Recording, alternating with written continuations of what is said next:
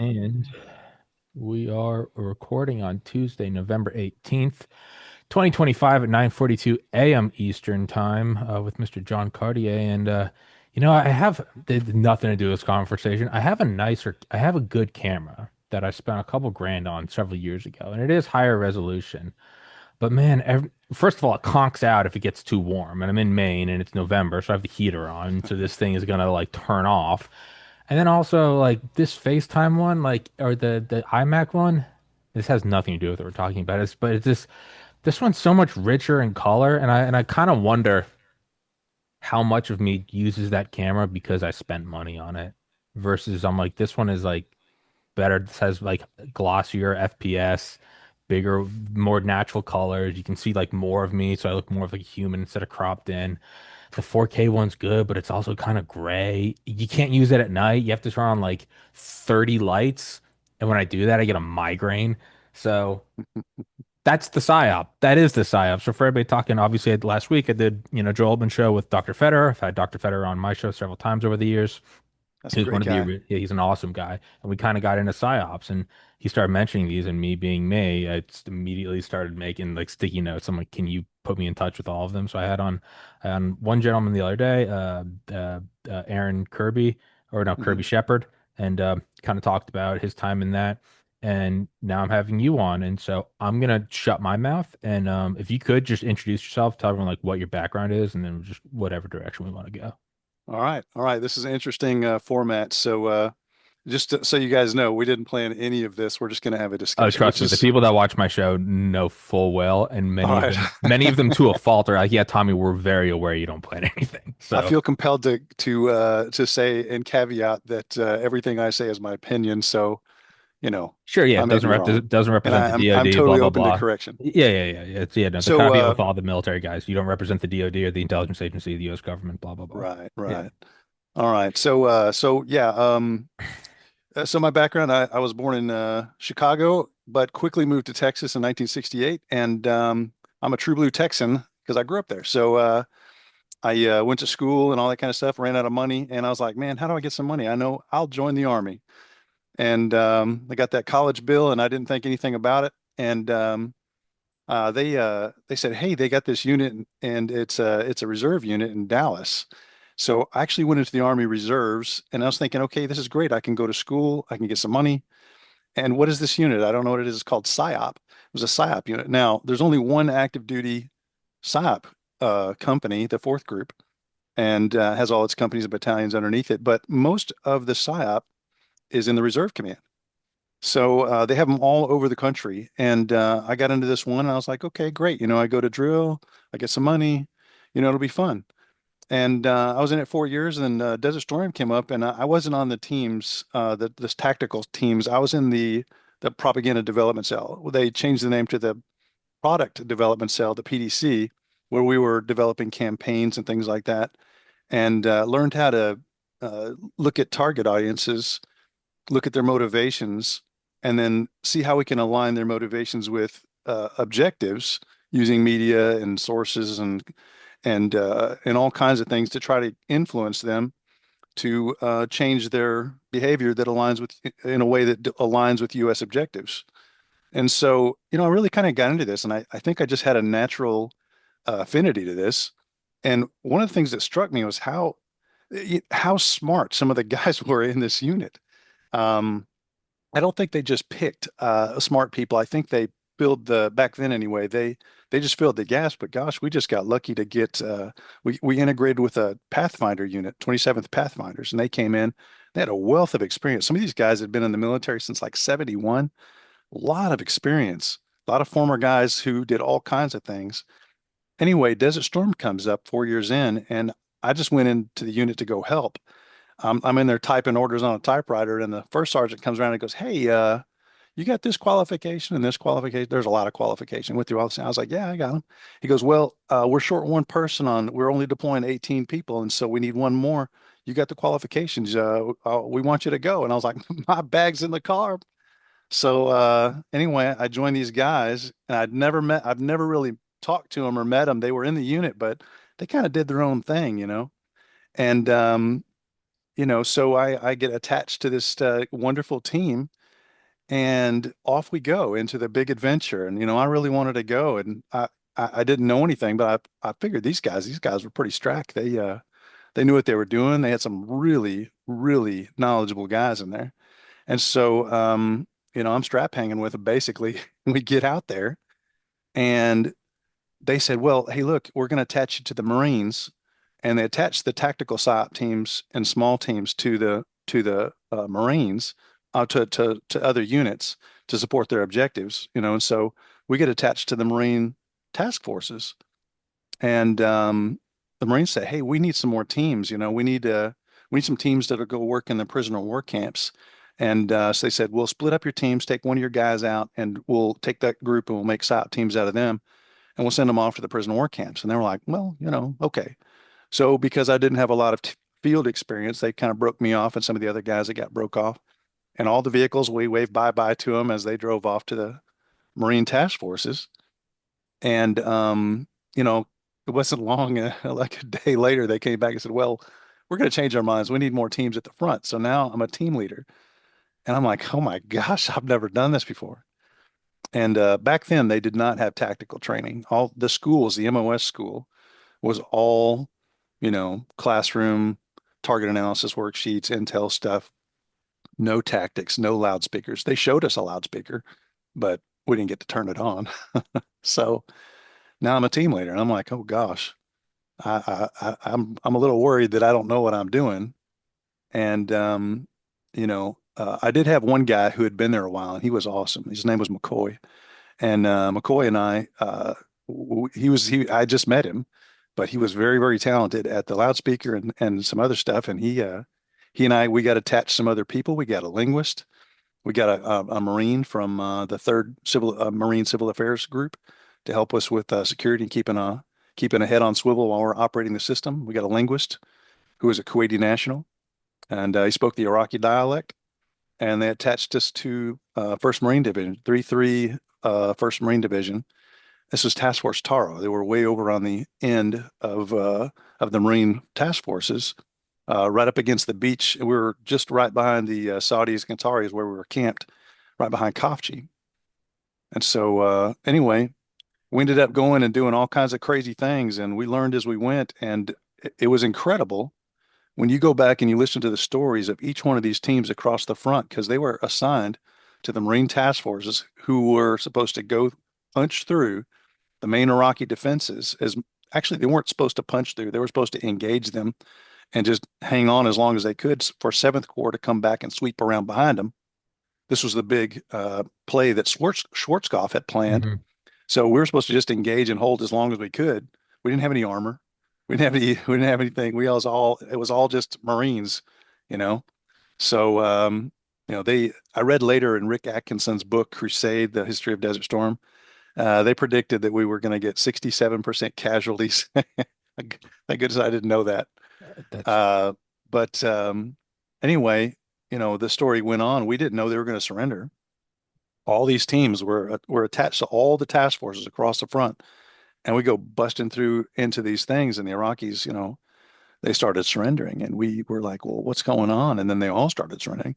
So the order came out. It's like, hey, who's closest to Kuwait International Airport? You guys go in there and take the airport. So Task Force Taro went cutting through the Bergen oil fields, and we're bumping into Iraqi units, and we knew they weren't fighting, so we just bypass them, chunk them some food, and say surrender to the unit behind us. But we just had crazy adventures. One of the most crazy ones, one of our missions, we went out. It was our first one actually. We went out and we crossed the first minefield belt. We had been hit with friendly fire earlier. Well, late, it was late at night, but early in the morning, and it killed a Marine. I was looking right at it when the HARM missile went off. I was about 75 meters from it, and I didn't know how many it killed, but I knew it killed at least a couple. But ended up killing one Marine. But we had to drive past that burning wreckage, going off to go cross the minefield. And that was a tough start for the sure. beginning. And so we get to the minefield, we do the breaching operations, we go and take the town of Al Wafra. And the Iraqis had been there, they'd kind of scattered and left all their stuff there. There was still food on the tables, and but they didn't want to engage us there in that town. So we dug in. I was in a goat pen, and me and McCoy and the team dug into that goat pen. And the next morning we get up and they said, "Hey, there's a bunch of tanks coming in on us. PSYOP team, we want you to go out and see if they want to surrender." I was like, "Okay." So we go. I said, "Hey, I need some support." They brought in some helicopters. They landed. They brought in the leaders of the different units who are going to support this mission. And remember, we don't have armor. And so we all got together. We talked for a few minutes. Said, "Here's what I'm going to do. Just cover me and don't shoot me on the way back if I come running back." So we all formed up and we go out there. They stopped and we go forward. We drove all the way out to where we could see the tanks drive around. There was a big minefield between us, and we started broadcasting surrender appeal. And we drove up backwards and we got out of the vehicle because I figure if tanks are there, the thing they're going to probably shoot first is going to be the vehicle. So we'll get out of the vehicle. Yeah. So we go off to the side of the vehicle and started broadcasting, and it took a little while, but sure enough, we were telling them to turn their turrets to the north. As you start seeing those turrets going ticket, ticket, ticket, ticket, we're like, oh man, they're going to surrender. And we didn't know everybody was going to surrender at this time.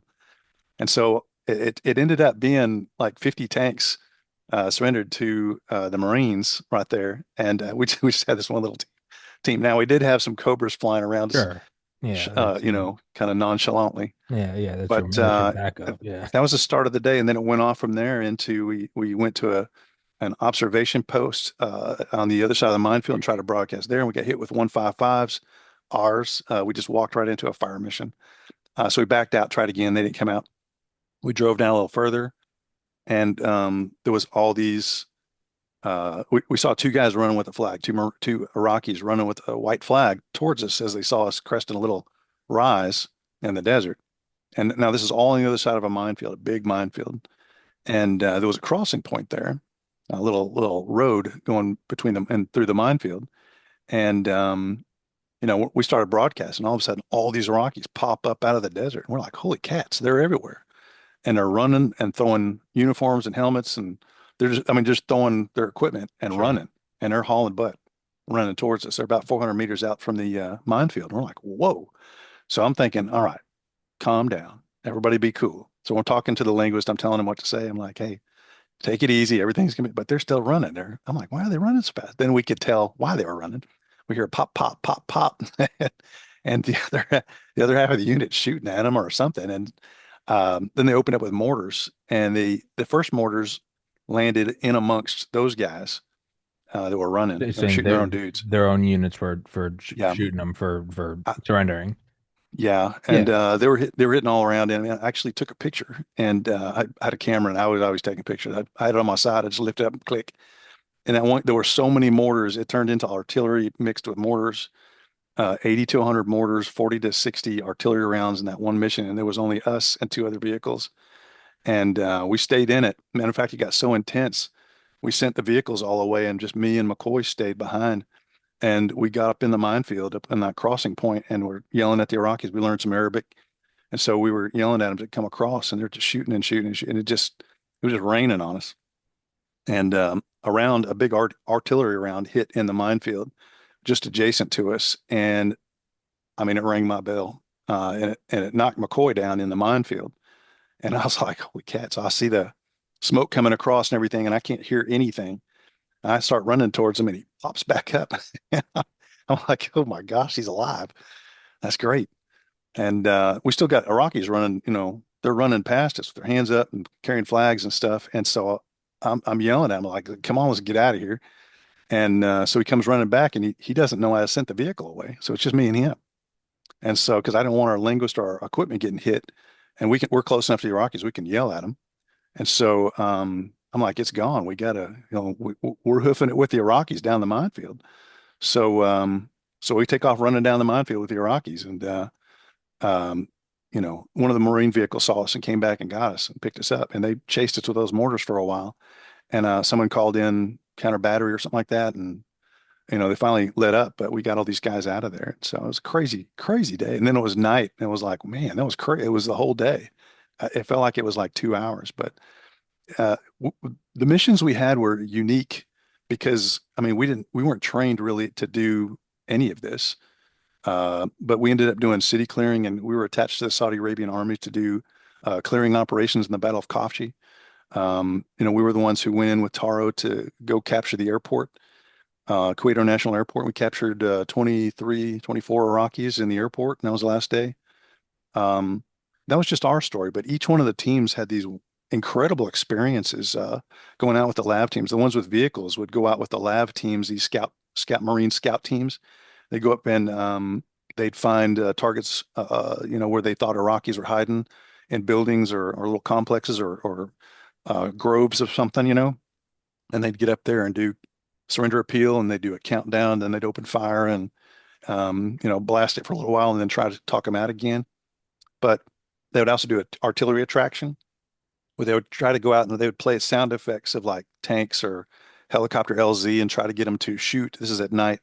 Try to get them to shoot through artillery first so we could take out the artillery. Um, it was some crazy missions. And then there was a lot of city clearing and things like that, all the way up until we got to the end of the war there. It didn't last very long. We didn't know it wasn't going to, but very glad it ended quickly. But what was interesting in all of that is the tactics and the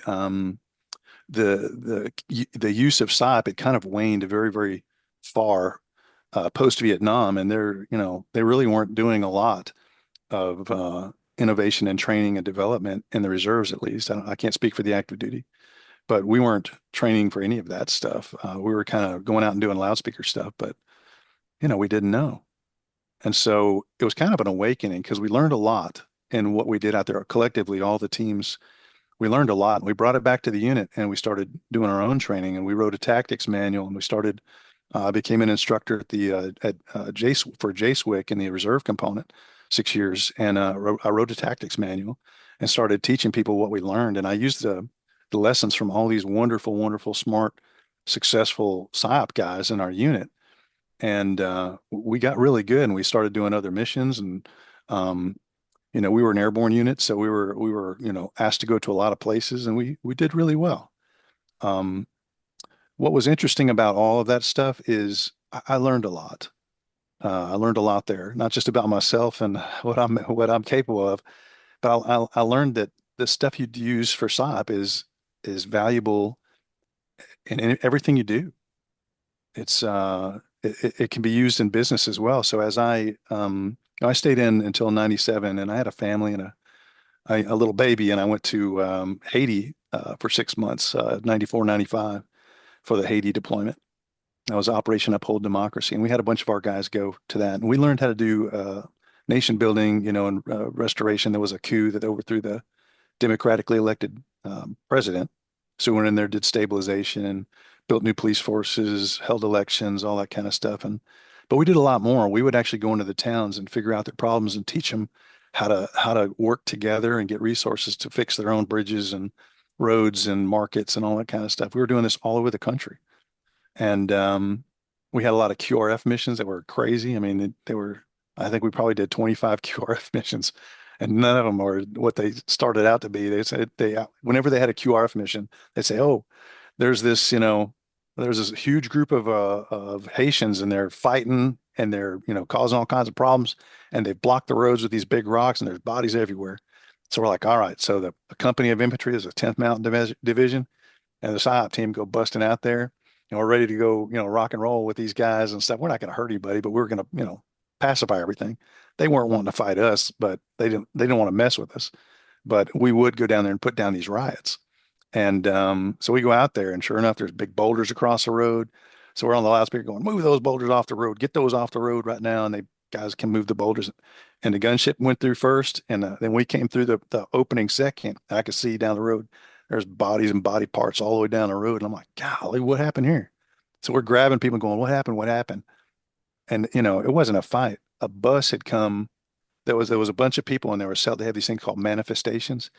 It's like a religious kind of thing. It's voodoo religious things or something, Sure. but they all came out in the middle of the night and they're playing instruments and they're running down the road. There's like 60, 70, 100 people out there singing, playing instruments, running down the middle of the highway. And a bus came through, it turned off its lights and ran right through the crowd. It was horrible. So we're first on scene, Wha- and That's the kind of stuff we would run into, and we'd Why have did to it go turn figure out what its do you do? why did it turn its it was is it I mean I have Yeah, no idea what goes on in a third world country. Is that a way to just like I don't know save the car battery? You turn the lights, no. or was it just like Well, hey whatever well, the thing I I'm don't in a know. bus and I want to kill I don't know, but that's we that wasn't the end. It went on with well, once we because everybody was upset because all these it killed outright killed 14 people, and there was a whole bunch of people. So we started talking and say, what happened? What happened? We had people tell us there was someone at the back of the manifestation that saw the bus coming. He got up, he started waving his arms. He said the bus turned its lights off and kept going and plowed into him full speed. whoa. And I was like, God, and he had to. It was a mess. And so we don't stop there. We got everybody settled down. Those people looting bodies and stuff. We had to put them down and everything. And so the infantry, they're there for, make things stop, make the bad stuff stop. That's what they're there for, and they do a great job of it. But they're not really there to go figure out what happened and go dig into the details and stuff. That's not their thing. We are. And so we started asking questions. What happened? What happened? What happened? So we know that they saw the bus number. That means they could identify the driver. That means they could go after the family of the driver. Because if they can't get him, they'll go kill his family. So we said, okay. And they'd already we figured out they already were looking for who he was, and it wasn't going to take long. So we had to move fast. So we went back to the bus hub, figured out who the guy was, figured out where his family was.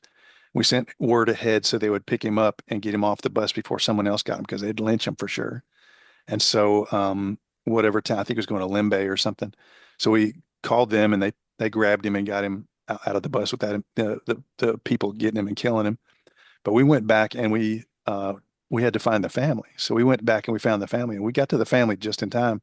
There was a huge crowd around the house, and they had ropes and the tires and all that stuff. And they put a tire around your neck, fill it full of gasoline, and light it Yeah, on fire, and tie Pirates you up. with Yeah, tires. it's called Yeah, necklacing. It's nice. yeah, I know that. They like that. So anyway, and the family was innocent, but we got through there. We got through that big crowd, and it was just three of us. So we go in there and we get the family. We stuff them all. I mean, we stuffed all these people into a Hummer, an armorback Hummer, and we go out and we took them to a safe place. And it was awful. It was awful, but we rescued them from getting killed. So at least for a little while.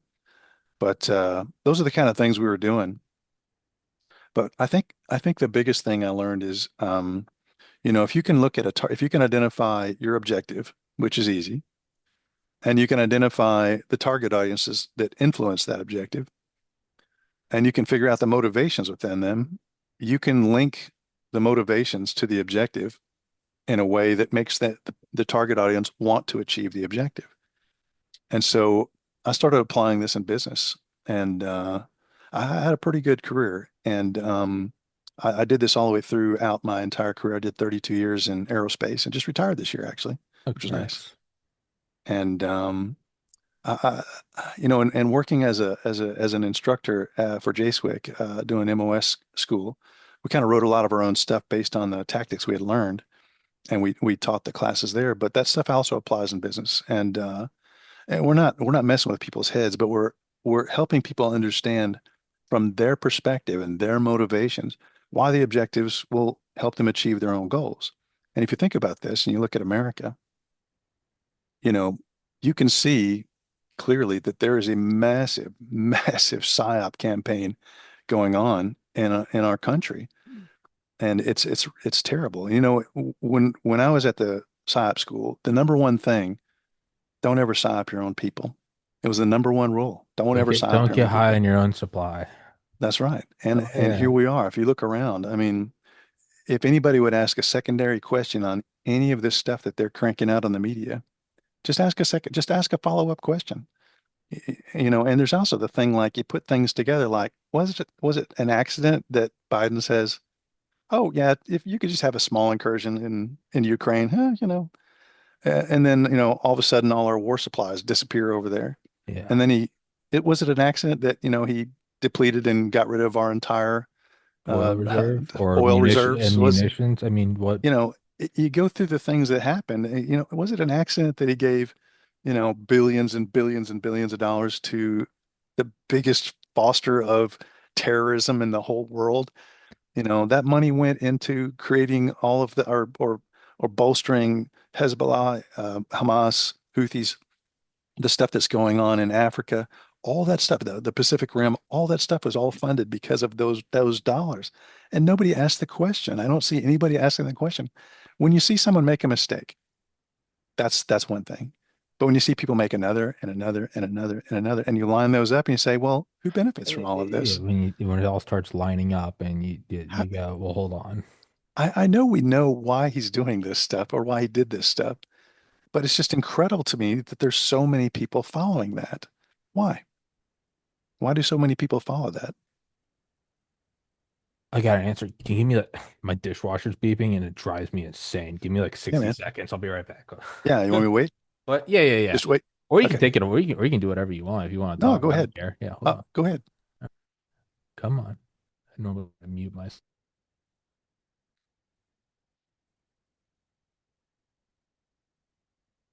I'm in Florida, so Maine looks really cold. I'm looking at his screen. I think it's ice on the window. Maybe not.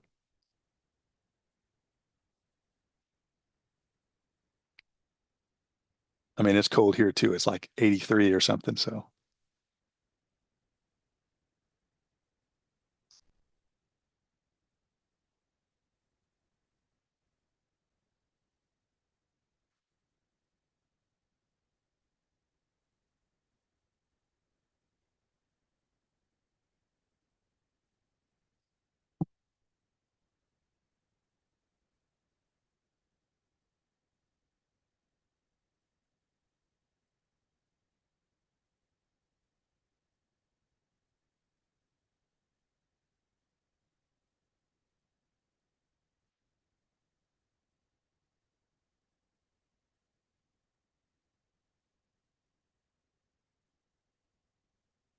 Come on. There we go. Um, why are people not questioning? Well, I was going to go into that, but real quick before that, I want to. So one thing I was kind of interested about, or maybe more surprised about, is like when I had on the other Psy Ops guy on Saturday, Sunday, whenever I have no idea. They all run together. Um, talking about being forward deployed, and you talking about that, and I guess in my limited understanding of things. I mean, I have a biology degree and I do a podcast. I have no military experience. I read a lot. I love Cold War, specifically Cold War, like aerospace. Um, I guess I always viewed, I guess, psyops as more of almost like almost like image analysis in the same vein of you don't so long as you have, it's not World War One or you have like telegrams and stuff, but I mean, so long as you have radio, which is essentially bright speed of light, an SR-71 can, you can look at the film back in Langley. Now, granted, if you're taking the physical film, okay, maybe you want the people in Vietnam looking at it because it's like, okay, sure. But then as you progress, it's, like NRO analysts, I would, I'm not entirely sure from whatever I know that there's no like NRO analyst, in the tank invading Iraq. It's like you can do this stuff and it's just it's more of like resources and like that's a valuable person. Don't risk that analyst that we spent 30 years training. He can be in a same thing with like a drone operator, right? You're at Nevada. I was more surprised hearing from him and hearing from you about being deployed. I just always assumed that PSYOPs were more of like a kind of like an analyst type thing, more of like a mhm. cerebral, it's CIA. You have the guys scheming things. Then you have, the ground branch guys have had on them, have on the hardcore door kickers, the former Delta Force guys. But they're not the ones back at Langley drawing up the plan. And the ones drawing up the plan at Langley are not in, whatever, Nairobi pulling off some Black Ops mission for Eisenhower. I was more surprised. I mean, I get terps, I get linguists, every medics, mechanics. I was more surprised about being PSYOPs guys being deployed. I Mhm. just always assumed it was like you're back scheming the thing and it's more media and I, I don't know, but why Well, is that? Am I an the idiot? PSYOP the PSYOP units, at least I can only speak for the old school stuff back in the 90s, 80s and 90s. But usually like the fourth group or the second PSYOP group or one of the big groups, they have the intel cells, the ones who are doing the country analysis and coming up with the campaigns and all that stuff. And that's where I started. I started doing the campaign stuff, working the target analysis worksheets, and coming up with campaign work. And that's where I really learned how it works and how you can be super duper effective at it. I mean, I've used that my entire life for everything. And it's very, very effective because you can come up with very powerful things to influence people to change their attitudes, emotions, and behaviors about anything within their moral compass. Sure. But then on the other half of the other portion of the unit, the much smaller piece is, like in fourth group, they have all the battalions and stuff that are focused on different countries. But then you have ninth battalion. The ninth battalion is the tactical assets. And just like in second group, they have the tactical assets, and they're the ones who are the tactical dissemination. They've been called a lot of things, but we call them tactical dissemination teams. So all the products they come up with, sure, they may draw a leaflet, they may do posters or radio, or, sometimes you have direct interaction. So the tactical side teams are the ones out there that are the people that are, you really want your sharpest people out there. Um, Going out there and figuring out targets opportunity because your mission statement usually is something like this: go support the supported unit commander's operational objectives, and Sure. that's it. But here's your Go guideposts. facilitate this Don't goal. don't do this. Don't do Yeah. anything past this post or this post. And you have to keep it within Geneva Convention and all that kind of stuff. So you be moral, but you're also and you don't lie. You want to be truthful and but you go in and you use the themes that are the most powerful. And in a war zone and in a place where people are scared, the easiest one is fear. Fear Sure. is a great motivator. So you Absolutely. lean on things that create motivations, and you can create motivations in an environment that's in the civilian world or not. You look at what they're doing on the media, it's all fear-based. Yeah. Trump is going to. What's he going to do? What is he? You say But if anybody Hitler's asks, a what has he fascist. done? It's if you get the shot, great. If you don't get the Right. shot, grandma's gonna die. If we don't go bulldoze Yeah, that yeah. And guy, it's we're like gonna they use die more. freedom, or they used fear. They use fear campaigns. Say, oh, this is going to happen. Climate change. Oh no, everything's going to blow up. They use that to take away freedoms, and Yeah. that's PSYOP. Yeah. They're using fear because fear is the easiest one to create motivations from. So Yeah. the tactical Verbals team, and they denounce the usually, pacifists of tra as yeah, traitors, right? Yeah. yeah, they use that, but they're the direct people. They go out and they do the direct stuff, usually with loudspeakers, but they're also gathering human and filtering it back and saying, hey, we're seeing this graffiti, or we're seeing these things happening, and we were told these things. They have PIRs and SIRs just like everybody else. I don't know if they're still called that, but the priority intelligence and secondary intelligence requirements. We have all those things, and they'll send them up and say, "Hey, if you're talking or interviewing, recently captured people or people in this capacity, if you can find some of them, would you ask them these questions and tell us what they say?" We're also pre and post testing, like what was the effectiveness of this? Did you see this message? What did you think about that? What did it make you feel like? What I thought was interesting is you get these guys, you put them out in the field, they're really the only ones who are not just trying to go and, create havoc and destruction on, this audience that we're going into, the enemy forces or whoever they are.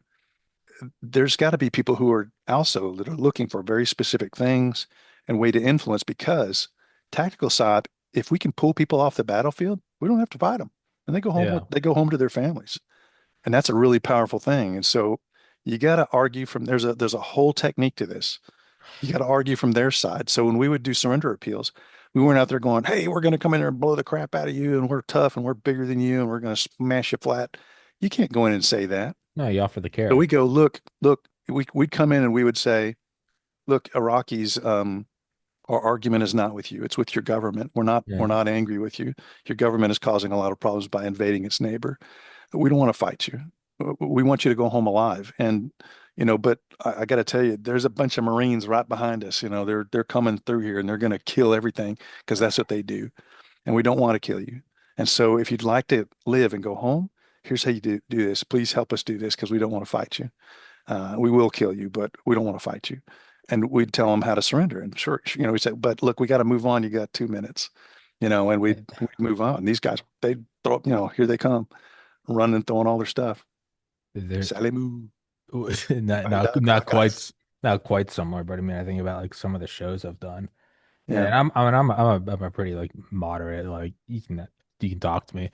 I've had people be like, we're gonna force all the people in my comments, right? Because one of the reasons I got banned from YouTube and iTunes was I was interviewing all the doctors during COVID and everything, Yeah.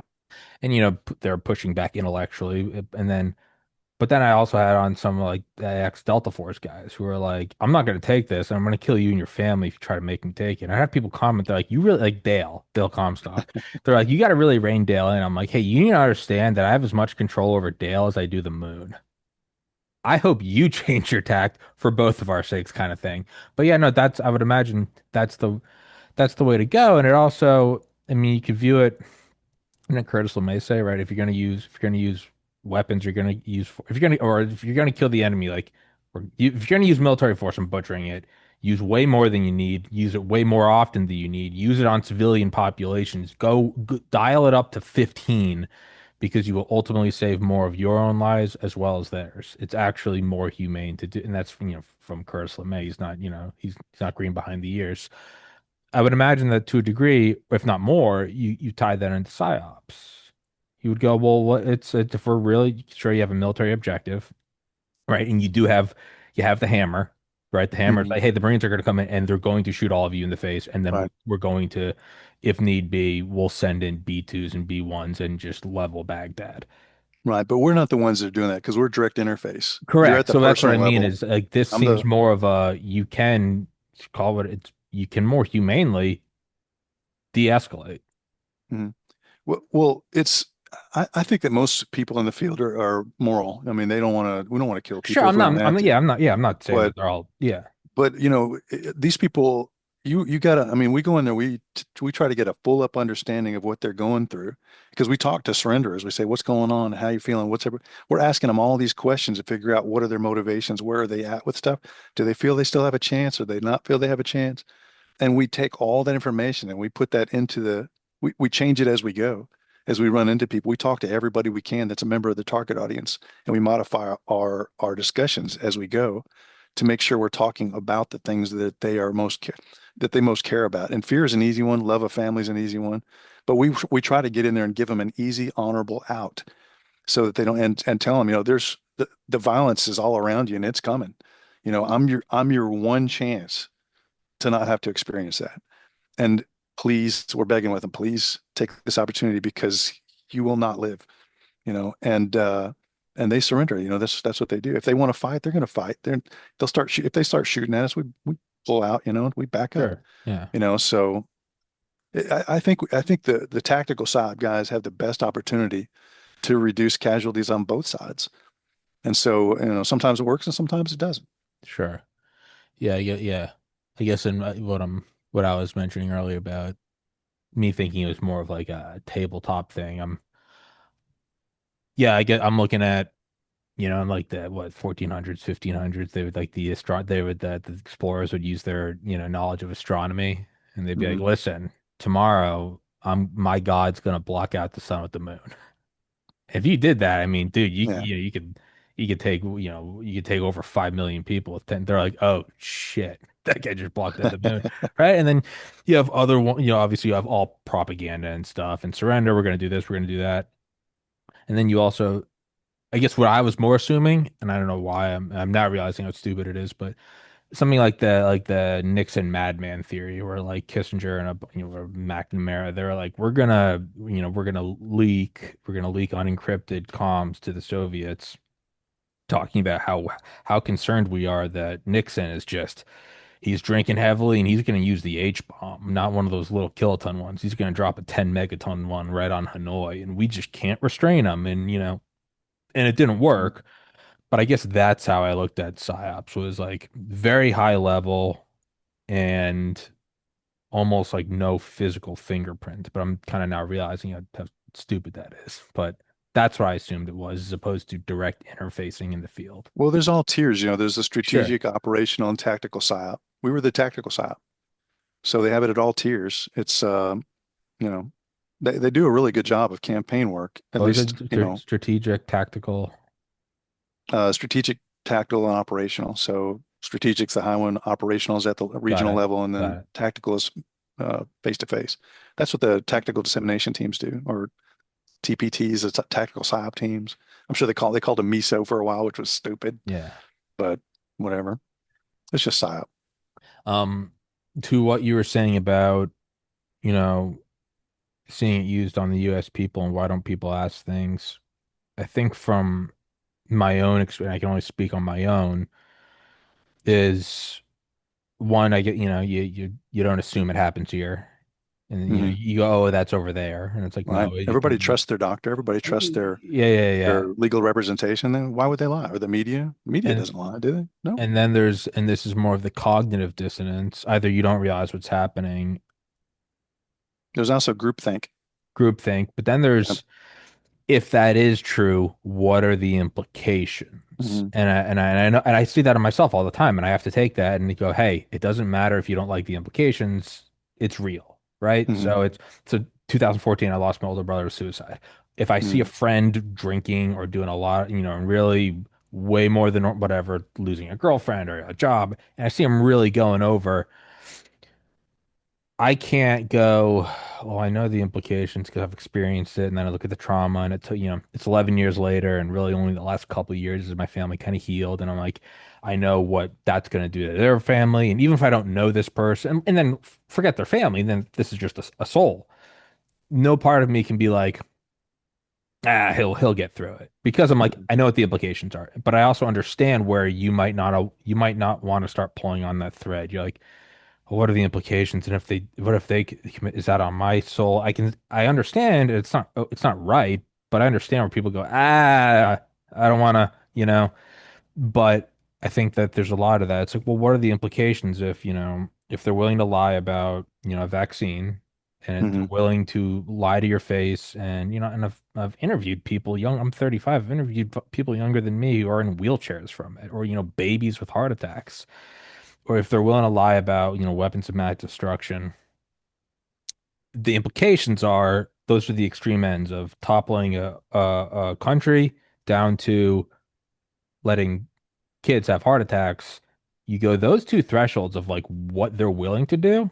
Hmm. That means everything less insane than that they're willing to do. Yeah. If you're willing to nuke someone, you're also willing to throw a grenade at them. Right. I think that, and I know that for myself, that you almost don't want to know you almost want to go back to sleep. You almost don't tell me Santa's not real kind of thing. And Hmm. I get it. You want that blanket, but, it gets you nowhere just because you don't like the implication. It doesn't matter. It Right. doesn't matter if you don't like the implications. You go again, and that's why I'm very vocal. If I ever see a friend or somebody struggling, and I'm like, I don't like the implications, so I'm gonna reach out and talk to them. But like, yeah, I get, why people don't do a follow-up question. Hmm. It's not right and it's rationally not good because it just leads us further down a road. But I Right. do Well, also, understand where people are like, well, if the head of the CDC is lying, I thought Pfizer was bad, but the not the oh, what if my doctor it's you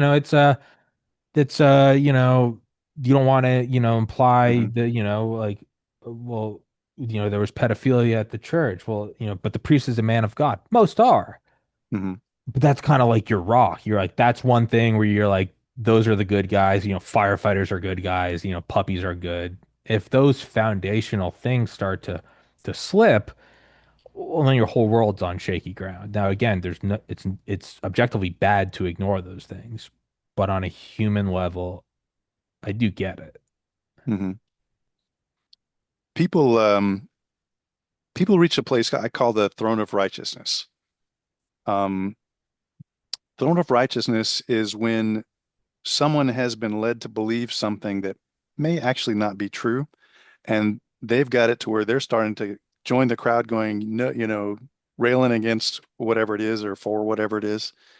And even if they figure out that it's wrong, they've Yeah. invested so much of themselves publicly into this that that throne of righteousness is, if I unseat, if I get unseated from this, I lose my control. I lose my people believing in me. I lose everything. And Which actually is you know one inaccurate. of If people come out, sorry, if people come out and say, "Man, I was so wrong on that," yeah, that's the you thing, is actually that they're tend in to, that.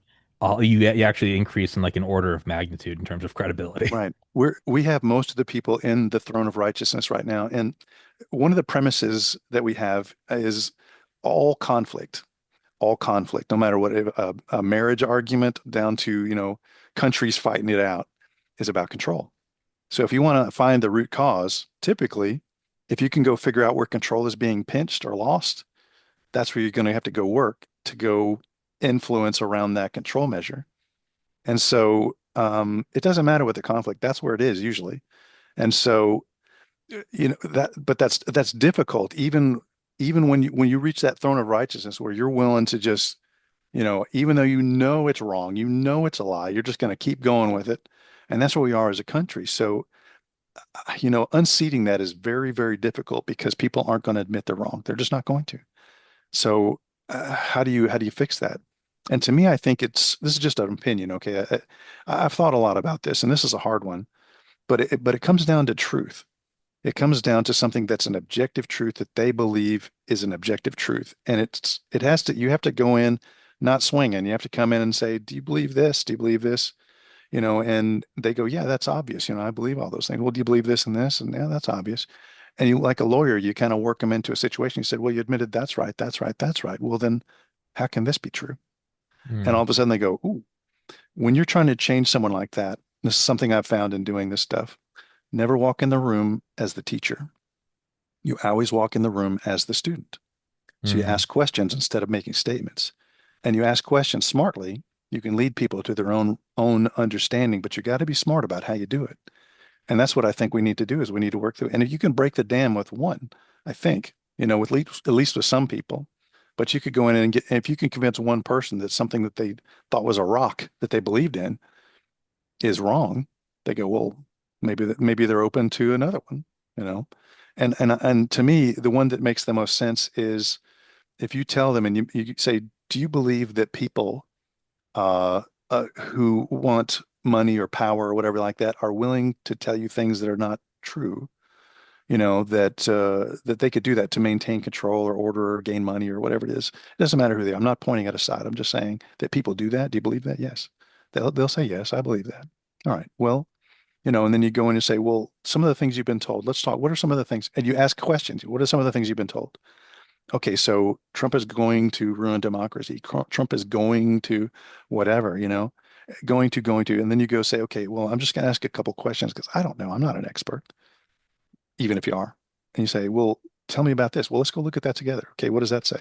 What does this say? Oh, look at that. That's interesting. So you're on the same side as them going through this explanation. And I'm wondering if you go through some of those going tos and show that he hasn't done any of them.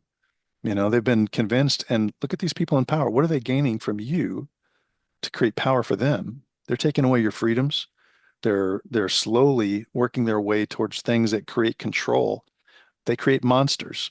They create these big giant monsters. Climate change. Oh no, the orange monster is going to ruin democracy. They create those so that people run to the government for to protect them, to take away the monster. And the government says, oh, no problem, we'll get, but we're going to have to take away some freedoms. We're going to have to take away this, and it's slow. It's slow. They've been doing this a little over time, and we've indoctrinated our kids for the last 40 years with terrible stuff in our school systems, kindergarten through college. It's ridiculous. And I don't know how you break out of that stuff because they've been taught all kinds of things about America that it's not that they're all lies. It's that they're not the main truth. There are elements of truth in everything, but they're being led down a path that is totally going to completely destroy the greatest country on the planet. And it's not the most perfect country. I didn't say that. But I'll tell you what, I've been to about 70 countries.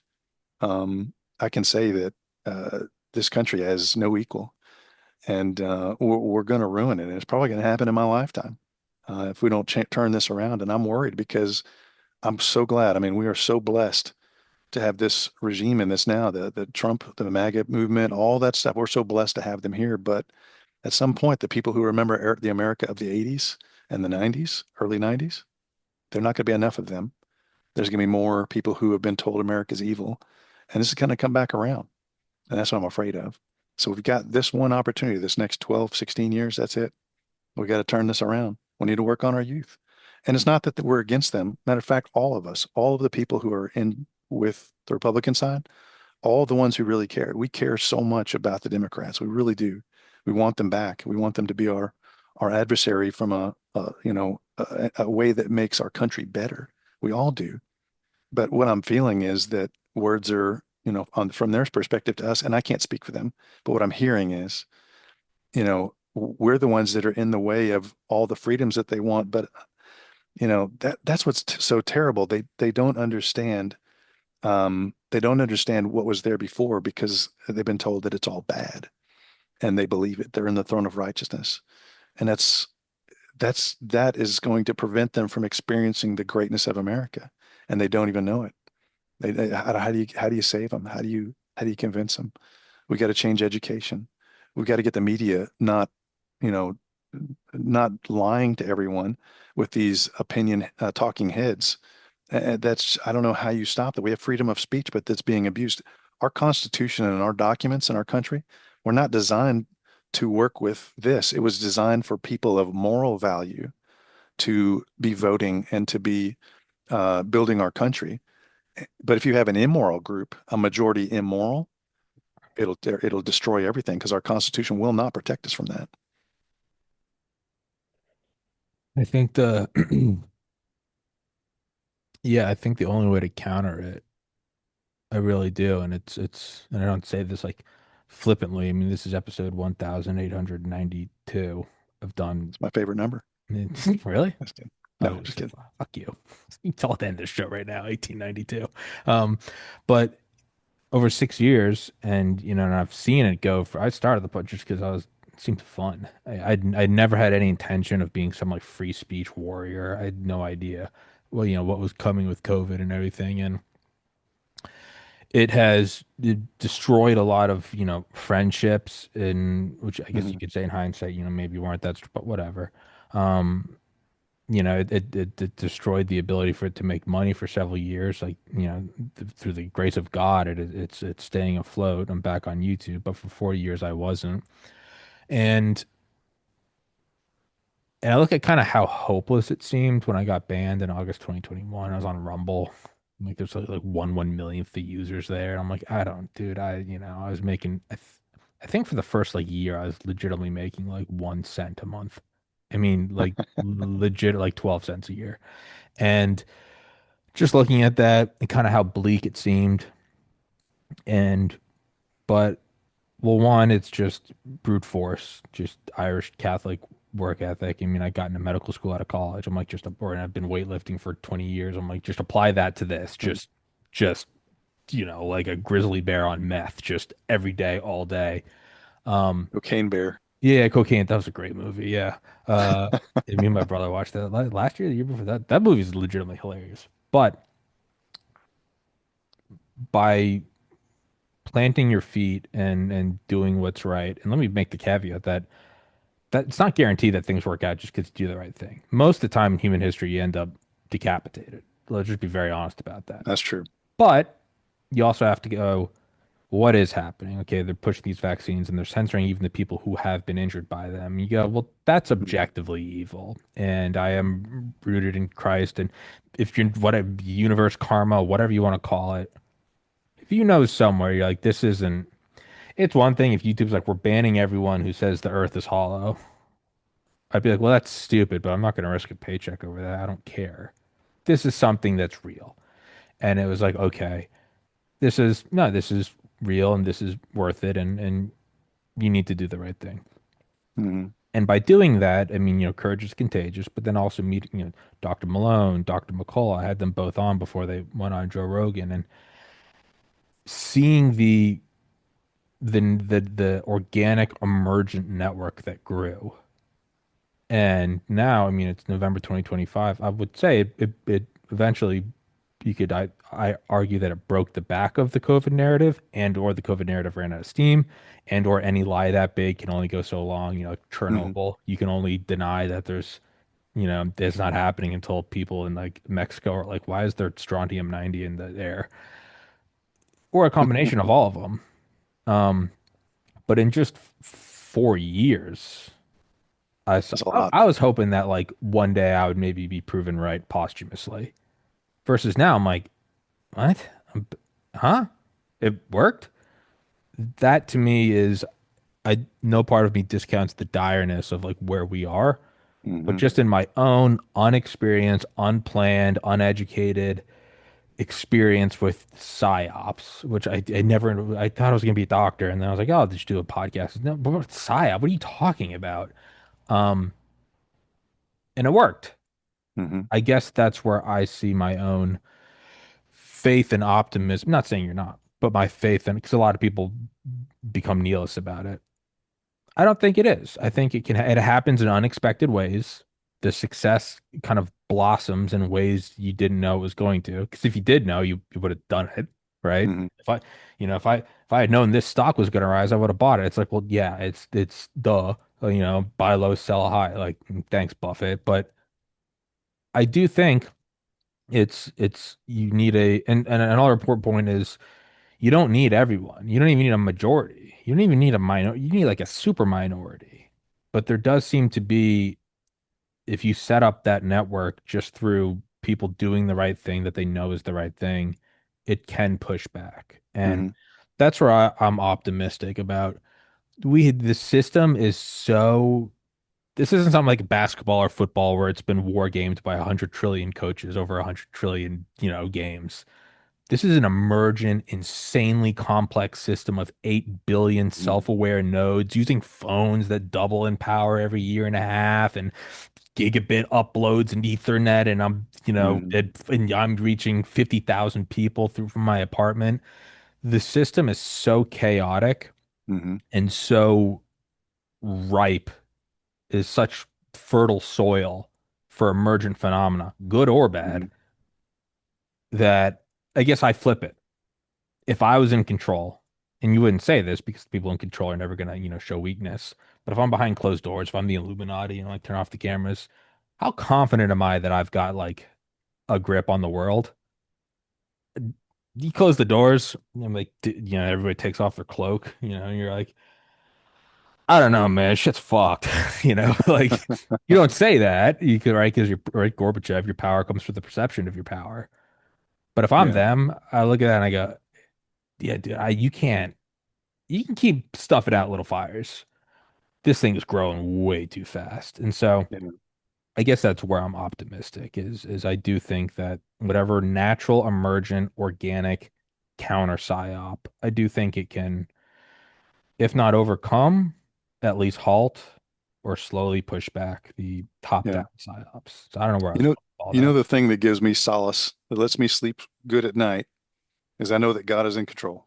But yeah, And I know how the story ends. yeah, And that's good. yeah. Um it's I can sleep soundly at night knowing that even though I'm watching this chaos all around me, I'm rooted in Christ. And that gives me great strength and great optimism that, no matter what happens, we know the end of the story. At the same time, though, I believe that God speaks to us through prayer and people I talk to. I mean, there's a lot of people out there who are very deeply in prayer over all of this stuff, including me. And y y- you know, we're called to do things. Recently, the biggest thing that I've been getting in prayer is the story of the talents. If you're not familiar with that one, it's a rich man gives his servants a talent, which is a big hunk of gold or silver or something, and one of them takes it and says, "Well, I'm scared. I don't want to lose this from a Yeah, yeah, master." yeah. So he goes and buries it in a field, and the other one goes and invests it, and he gains more money and value from the talent. So when the master comes back, he says, "What have you done?" And one says, "Well, I buried it in the field, so here it is. I kept it for you. I cleaned it all off." And then the other one says, "Well, I invested this and I get you more." So, he turns around to the one who buried and said, "You You're wicked out of here. man." He's like, well, that whole story is us, to to someone who's been given much, much is expected. And I've been given a lot. I've experience wise that I didn't deserve and I didn't earn any of it. It just happened. And I had an incredible amount of experience and things happen in my life that have given me a lot of insight into things. And when I look at what's happening, there's something I can do. I have enough knowledge and skills that I've been given, not because of my own merit, just things that have happened and I've gained knowledge in. Uh, these things I need to apply. And so I'm out looking, I'm finding organizations through whatever means that are fighting the good fight. And I'm trying to help. I don't want to lead. I don't have notoriety. I don't want money. I don't want anything. I just want to help.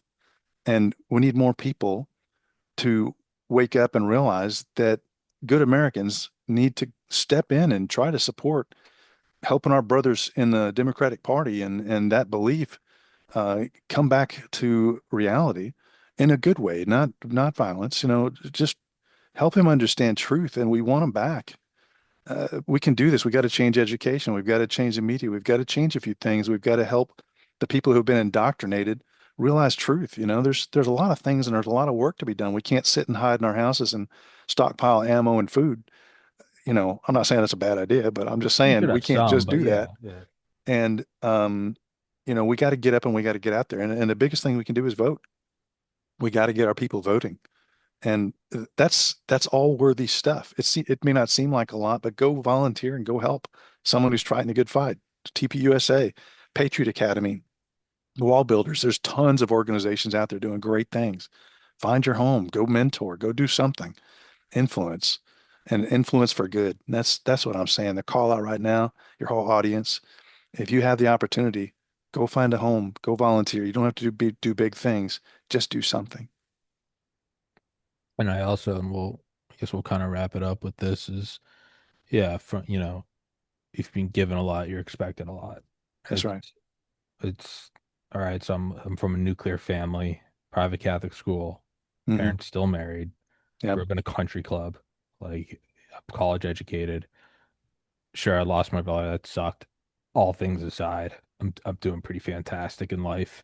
Um, you do have to give back, and you also have to realize that the life you're living is because people did way more than they needed Hmm. to. Be That's it right. your parents, be it, whoever the founders of the country, be it whatever, back to written language and agriculture.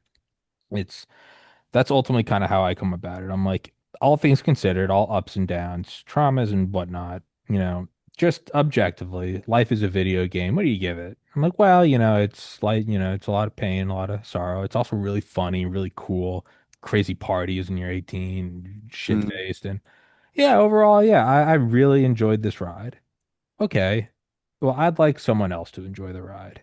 Yep. That's kind of how I look at it, I think that's a great attitude. That's is kind of like, what I'm like. I'm yeah. I'm I'm trying to pay it forward a little bit. Yeah, it's because some people get shut off if you go into religion, and I'm with you. I'm rooted in Christ, but some people, I'm like, oh, okay, and or they look at it, I'm like, well, I don't want to pay it forward. I'm like, okay, if it's forget all the, do the right thing and blah blah blah.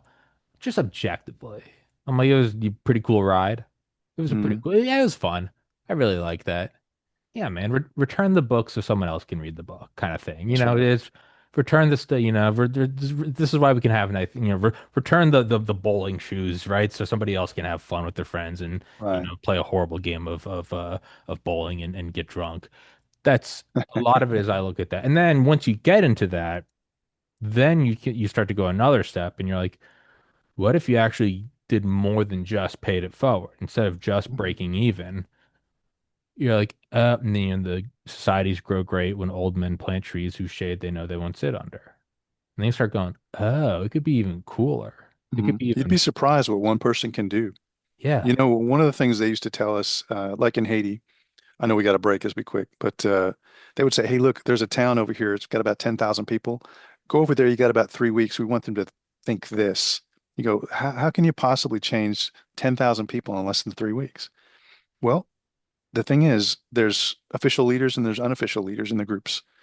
You find the influencers, and everyone else will follow. And that's the thing is you got to go to the influencers within the target audience. You change the influencers, you change the population. You don't have to change everyone. yeah, it's the whole paying it forward. Again, and I do think it's very important to look at it from like a moral and ethical and and Hmm. your God's watching you type thing. But even if that's not your cup of tea, it's like it doesn't need to be so heavy. I Right. think it's good to look at the heaviness, but let's say that's not you. And again, not, you don't want to come in as the teacher, come in as the student.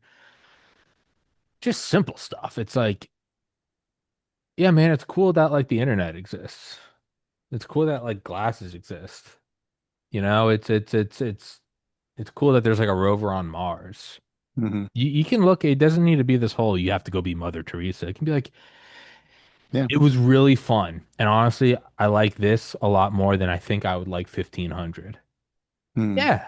Just push it forward, man. Like one day it's going to be really cool to just be like, one day it'll be a point where it's not even new and it wasn't even new for your grandparents that we have like colonies on multiple planets. But you'll Yeah, eventually kind of have a moment where you go, it wasn't always like this. that's And I right. and I think it's important to be like, it's also just cool. It's good to do the right thing, food, water, healthcare, blah, blah, blah. It's also cool to just look at it and be like, it's kind of dope that you can go get in a plane at a nearby airport in a tube and just fly across the world for like a couple $100. Hmm. That's really cool. Yeah. So it doesn't have to be such a heavy thing all the time. It can just be like No, of it's course it's not. it's kind of hardcore. Yeah, and it's why do we need the next generation of video games? Like, I don't know, they're even more realistic. They're fun as hell. It's like that's Yeah. that's okay too. That can be the logic. Um, Yeah, it doesn't have to be religion. My personal no, conviction is my sure. my own personal. They're mine I and don't mine alone. push Yeah. that on anyone else, but I think there's a lot of great reasons to take this country to where it could be. But Yeah. I'm telling you, I'm going to tell you, government is not going to solve the problem. No, of course It's going not. to be it's going to be people. Yeah. And but it's going to take everyone to realize that they have to sacrifice a little bit to get a lot. Yeah. And it's not, you can't, the government is, no matter what they promise, they are not going to give you what you want. They may say they will, but they are not. If they give you one thing, they're going to take a bunch of other things. Go look at China. Yeah. Go look at North Korea. Go look at some of these countries that do that. Socialism, fascism, communism. It does not work. It's not pleasant for the people. But they convince the people. You go to a Russian and you go, they have commercials on their television. I was in Ukraine. I was in Russia. On their television, they have these commercials, little cartoons of these dancing, singing onions and potatoes, and they talk about how wonderful and nourishing onions and potatoes are. And I go, onions and potatoes are not that No nourishing, vitamin and they will just profile. fight you on it because they're indoctrinated. Because if they ever starve over there, they have a starvation event because they can't make enough food because they're not convinced that they can have the coordination in their government to make enough food to feed everybody. They may have to ration everyone with onions and potatoes.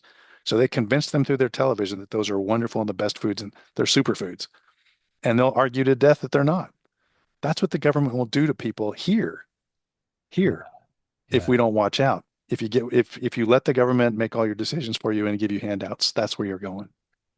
Yeah, we'll finish it with the meme I saw the other day where somebody was like, it's always the brain dead. Like, if we just seized all the billionaires' assets, we'd solve the world's problems. And That's ridiculous. they're like, they're all hoarding it for personal projects. And somebody was like, what That's about this? And ridiculous. they posted a picture of, the SpaceX rocket landing and Blue Origin landing. And they're like, this proves my point. And somebody went, yeah, you know what? I think going back in time, Henry Ford would have been a lot better opening a couple soup ch kitchens instead of moving the world forward with cars. Like, what have cars like brought to the world in terms of everything from healthcare to commerce to recreation? Mhm. It's like, hey man, is it perfect? Of course not. Time and time again, it's Yeah, proven that this is the least shitty system so far. We have private right. citizens pushing space travel forward. Does it have flaws? Of course it does. Hmm. But dude, you're never gonna find the country that has a perfect 100 out of 100 score. You Right. find the one that's like pretty awesome. It's like pretty That's right. decent. And it's so. But dude, I'd love to have you back on. Um, Yeah. yeah, I'll text this to you. It'll be up later. Thanks for your time, dude. It's fun Yeah, chatting. man, it was really fun. Thanks a lot. Yeah, yeah. I told you. Yeah, don't even worry about it. You just go in and just wing it. See, we're talking about onions and potatoes and rockets. See, you never need a plan. You don't have the plan, you're done for. You have no plan, it will work out perfectly. So, all That's right. right, dude. Well, thank you for your time. Guys, thank you for watching. I will text this to you. And until next time, thank you so much, man.